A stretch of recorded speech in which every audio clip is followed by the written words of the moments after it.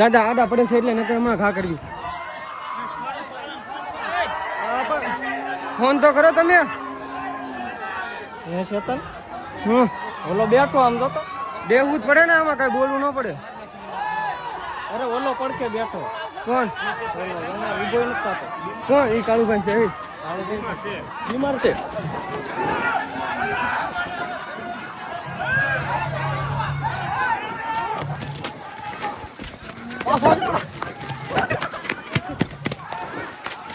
પાછો